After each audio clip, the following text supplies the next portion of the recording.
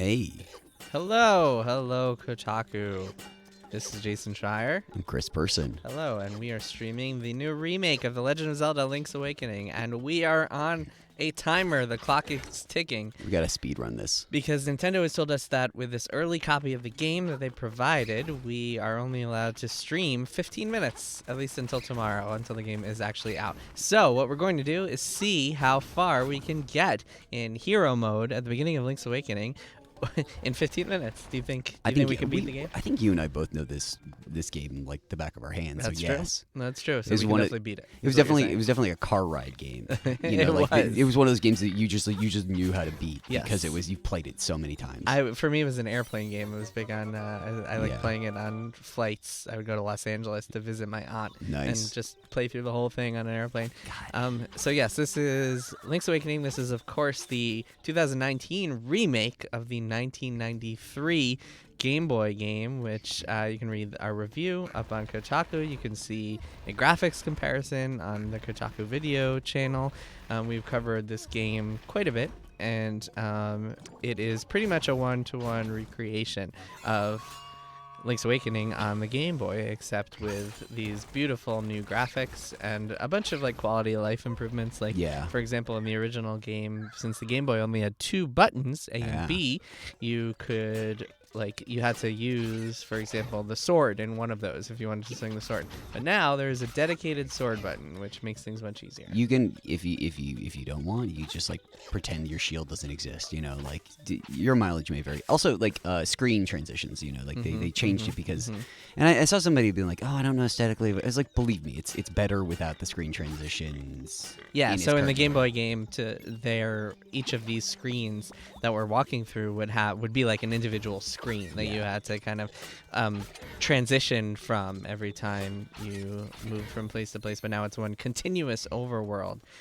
So what we are doing now, we're playing on hero mode, by the way, which means that enemies don't drop hearts, so hopefully we won't die, because that would cost us precious time on this 15-minute stream. One change I noticed, and maybe this is a localization change, maybe it's truer to the spirit of the original, is that in the original deluxe version, if you use the magic powder on the I always call him a cactus, but I forget his name, he says he does a Jamaican accent or something like that. He goes, "Yeah, man," and now if you do it, he'll say something different.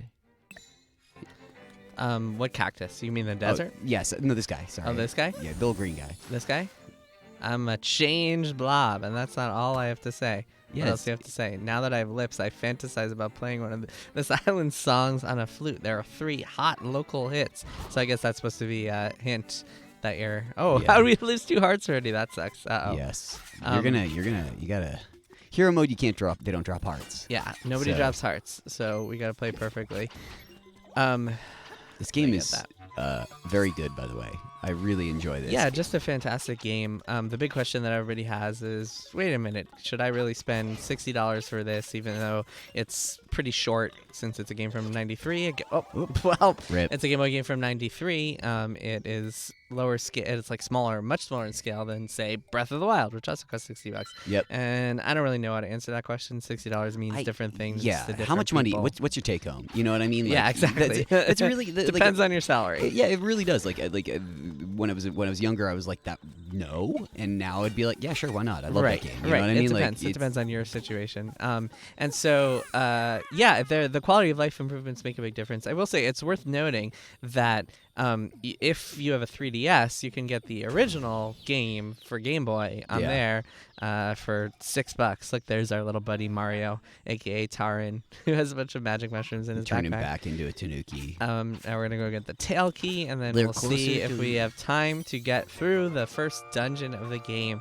Although in hero mode, I don't know, I might die a couple of times. How are we doing on time, Paul? How many minutes left? 10 more minutes left. 10 minutes left. Okay. I think we can skip past this. Yeah, skip past the owl. So in the Game Boy version, if I remember correctly, the owl would always ask you, like, do you understand? And if you were, like, mashing the A button to go through the screens, you would accidentally press no, because that would be the default. The cursor would go on no by default. Oops. Uh-oh. And so you'd have to watch him repeat his dialogue over and over again, and you'd just be like, oh, fuck, what am I doing here? I had this I had Metroid 2, and I had 2 is Kid Icarus. Those are my 3 games that I played on my Game Boy. All high quality Game Boy. Very good Game Boy games. Also, very weird versions of all of those games. Metroid 2 is a weird Metroid game. The Kid Icarus version has a really weird soundtrack. This is a weird version of a Zelda game. It is, yeah. The Game Boy was just the weird experimental versions of every single franchise. Yeah. Even the Final Fantasy games on Game Boy were not actually Final Fantasy games. They were not. They were totally other Saga. things. Yes. So this is the first dungeon of the game, and as you can already tell, like, it took us 5 minutes to get to this first dungeon. So this is it's a short game. People should know that. People should know that it's a very small scale, older style, classic Zelda game. 2D, playing a new 2D. If you've never played this before, you should absolutely play it, because playing a new 2D Zelda game in 2019 is awesome, and it's just a great Zelda game. Also, just like I'm really glad that they allowed. I don't know. This feels like a natural progression of what they're doing in the indie space. You know what I mean? Like, it feels like them, and like they're being a little less protective of what they're doing, and like actually working with smaller developers to like develop stuff. We saw that with the Cadence of Hyrule, stuff like that.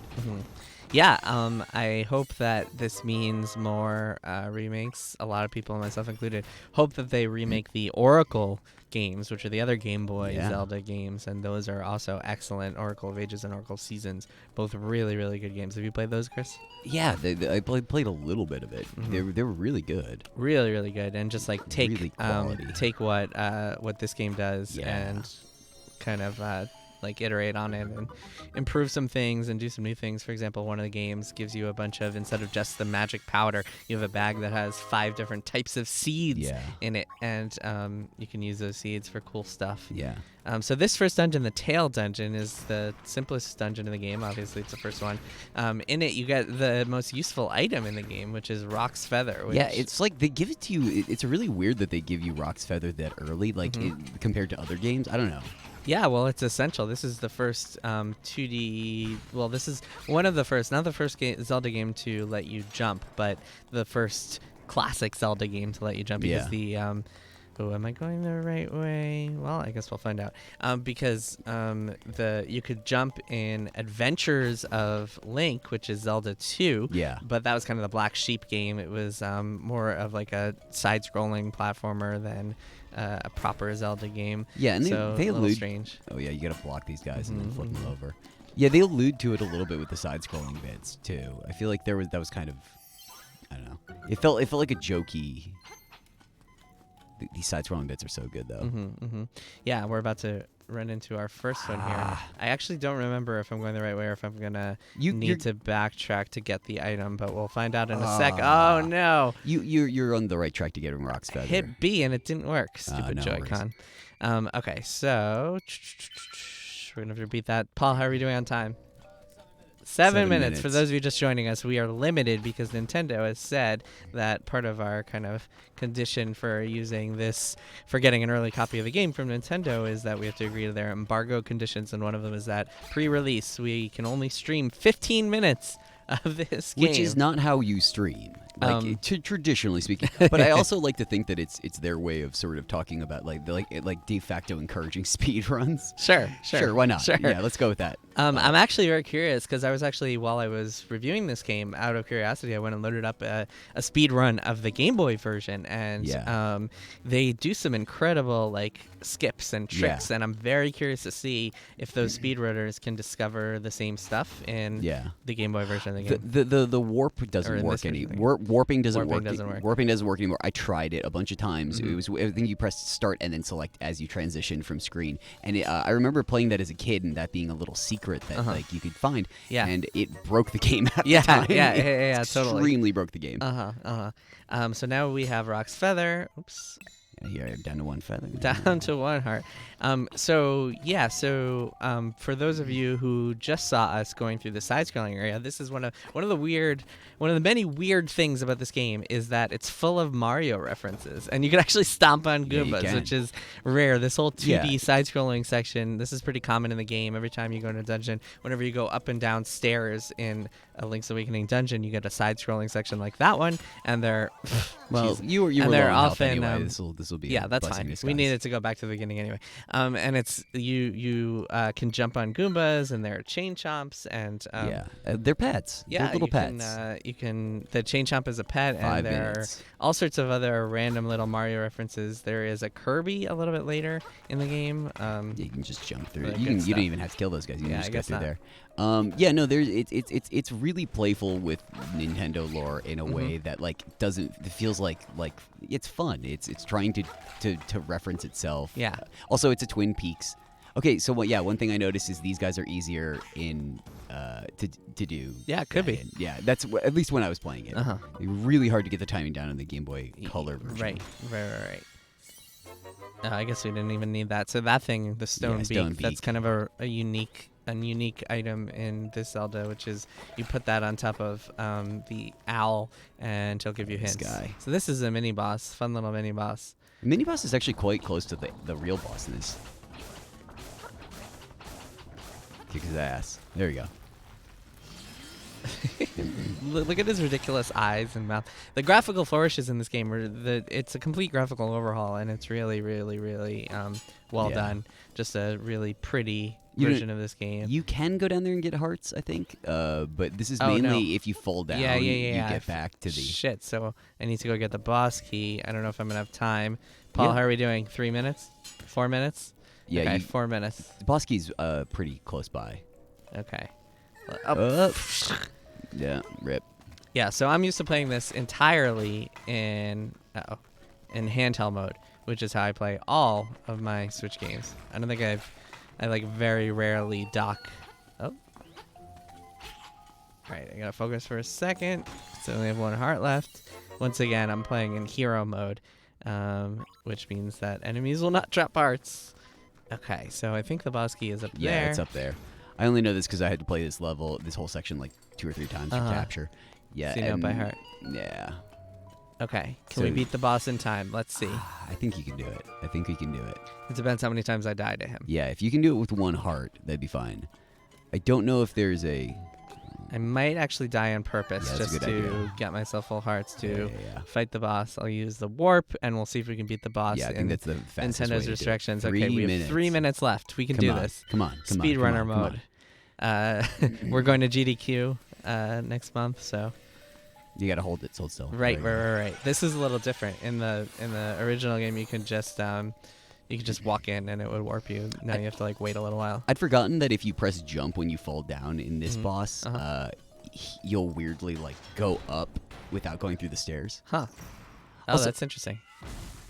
Also, I think that the outside is a little more forgiving in this remake. We can talk about that in a bit. What do you mean the outside? Like the pit on the outside. Oh, is a bit more right. forgiving. Yeah.